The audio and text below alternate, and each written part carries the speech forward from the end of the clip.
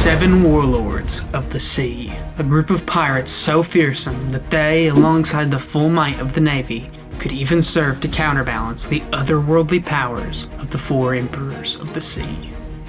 These powerful pirates, each given immunity for their crimes at one point or another, would all eventually go on to have their bounties unfrozen and their position as warlord revoked after the dissolve of their faction. So today, this leaves us in the perfect position to ask, of everyone who's ever held the title along its many years of circulation, who was the strongest? Yes, I'm Tuck Almighty, and now, to round out our series of contentious One Piece ranking videos, I give you the piece de resistance, the Mona Lisa of debatable One Piece topics. This is right next to Zoro vs. Sanji in terms of sheer toxicity that makes Katakuri vs. King look like a room full of gentlemen having an orderly discussion by comparison. There is absolutely no winning with this one, but I won't make you wait any longer. If we took all 11 individuals to hold the esteemed title and made them duke it out, who is coming out on top? This is the 7 Warlords ranked. Forget though, if you agree with my list, or especially a certain hot take or two later on in the video, gotta hit subscribe so I can get monetized and you, dear viewer, can keep getting the content that you love. That out of the way, let's get on to the show.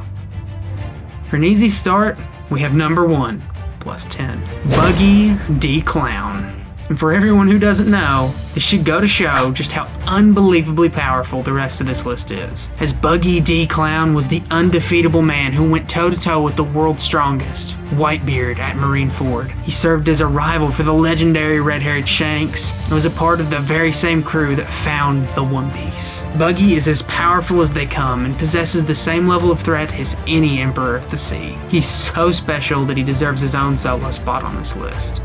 So if your favorite character is below him or something, just know they're really super strong, and please don't hate me.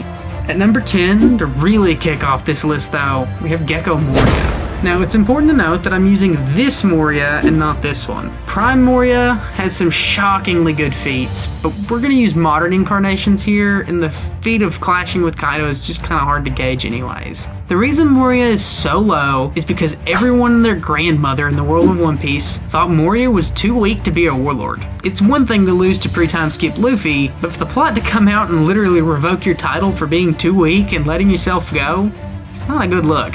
He's also like the only person on this list who may not be alive anymore since he got jumped by all the Blackbeard pirates. So yeah, number 10. Now, for number 9, we're gonna have easily the most shocking, hard to swallow take on this whole list. So please everyone, hear me out.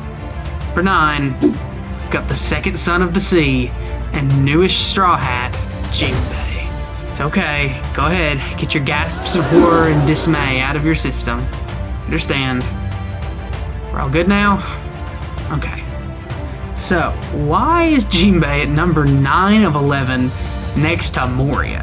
And while I'm pretty sure you'd just think this is gross downplay, no, I actually think Jimbe is pretty strong. The problem is that pretty strong is far from cutting it here. Jimbe has always pretty consistently struggled to do anything that would cement him as Yonko commander level. He could only really stalemate a 17-year-old pre-Whitebeard ace. He got folded by an admiral at Marineford, fought who's who during the Wano battle instead of a commander, which is pretty unimpressive, and generally he just hasn't been portrayed to be on that level of the people like Sweet Commanders, All-Stars, G4 Luffy, etc. Even his feats against Starving Big Mom, which looked pretty impressive in Whole Cake, have just been watered down by all the characters managing to tag and bother her in Wano.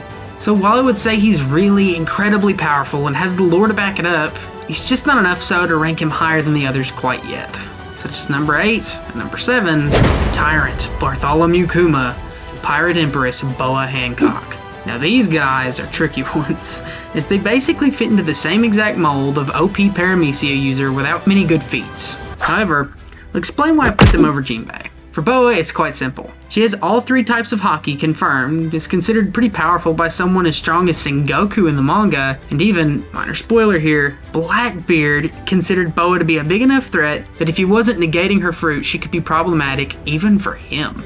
However, as you might expect, even with her manga bounty, I would have to say that even though she does have strong hacks and conquerors, without feats, I can't put her much higher. As for Kuma, he was a high-ranking officer in the Revolutionary Army, strong enough for the Navy to base all their pacifistas on. So, to me, with his broken devil fruit, feats of blitzing around Kizaru and Rayleigh, even without many demonstrations, I think he at least deserves the number 8 spot. As for why he isn't higher, Fruitless Sabo should probably outscale him based on their ranks in the army, and I think Boa just edges him out a bit.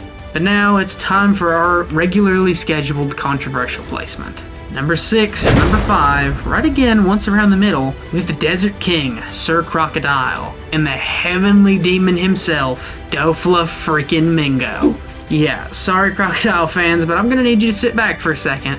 You'll all get your turn, but among all One Piece characters, only 2 are as downplayed to me as Katakuri. And one of those 2 just so happens to be Mingo.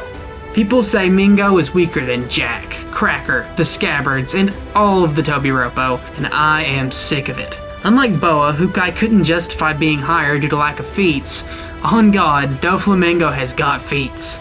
A masterful user of all 3 types of Haki, one of the most proficient Devil Fruit users in the series, with an awakening to boot, and the first person to push Luffy so hard that even with a new and improved power-up, he had to get assistance to get that W. And for a line of scaling to prove Dofi's worth, we're gonna have to veer a little off course, but trust me, it'll make sense. Jack says during his fight on the rooftop that injured Scabbards are stronger than even the healthy Tobiropo. Then an injured Perospero manages to beat up an injured Cat Viper and would have killed him without his Sulong form activating. Peros is 100% weaker than Cracker, and his defeat is mirrored by Jack, to potentially hint at some sort of similarity in power. With Katakuri going on to say that he can see how Gear 4 pre-Future Sight Luffy could beat Cracker on panel. So with that sort of explained, we have the Tobiropo below Scabbards, Scabbards below injured Peros, Peros similar to Jack, and Peros below Cracker, with Gear 4 Dressrosa Luffy outscaling all of them. This means heavily injured Doflamingo was hanging with someone who is at least as strong as a 3rd commander and easily capable of damaging a 1st commander. Dofi took multiple hits from him, even managing to stall out his whole Gear 4 timer while he was weakened. Comparatively, Cracker got beaten a single hit from Tankman, with his Biscuit Soldiers getting obliterated similarly quickly once they were actually hit. And even Katakuri, someone on that 1st commander level, was bleeding from being tagged while his Haki was unstable. So yes, I really do think Doflamingo, with his insane durability, skill set, and experience, shouldn't be undersold in the slightest capacity. And as for you ever so patient Crocodile fans, Sir Crocodile doesn't really have any feats yet at all, but with his current bounty and standing in the manga, with his new position in a certain organization, I feel like ranking him lower would be a crime. So he's got a powerful Logia, poison, tons of experience, and is debatably the only person as cunning and devilish on this list as Dofi. So he gets to have the number 6 spot. For our next batch though, let's go with something maybe a little bit less controversial. At number 4 and number 3, we have the son of Whitebeard, Edward Weevil, and the Surgeon of Death, Trafalgar D. Waterlaw.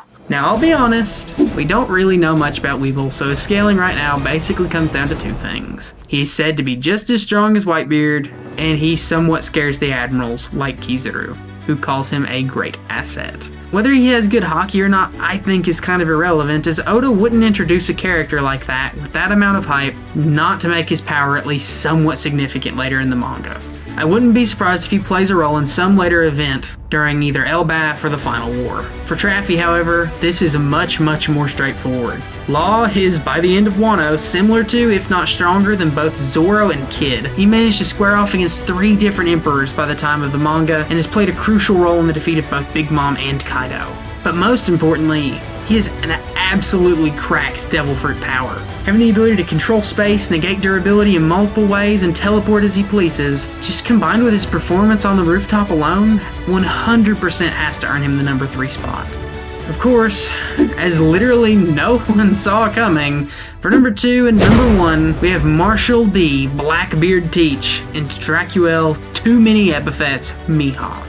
For Teach, there's just not really any way to go wrong with a build like this. Capable of fighting Yonko commanders and Navy fleet admirals pre-time skip, capable of duking it out with rooftop supernovas later on in the manga, and only really admitting any kind of fear or inferiority to the right hand of the Pirate King himself.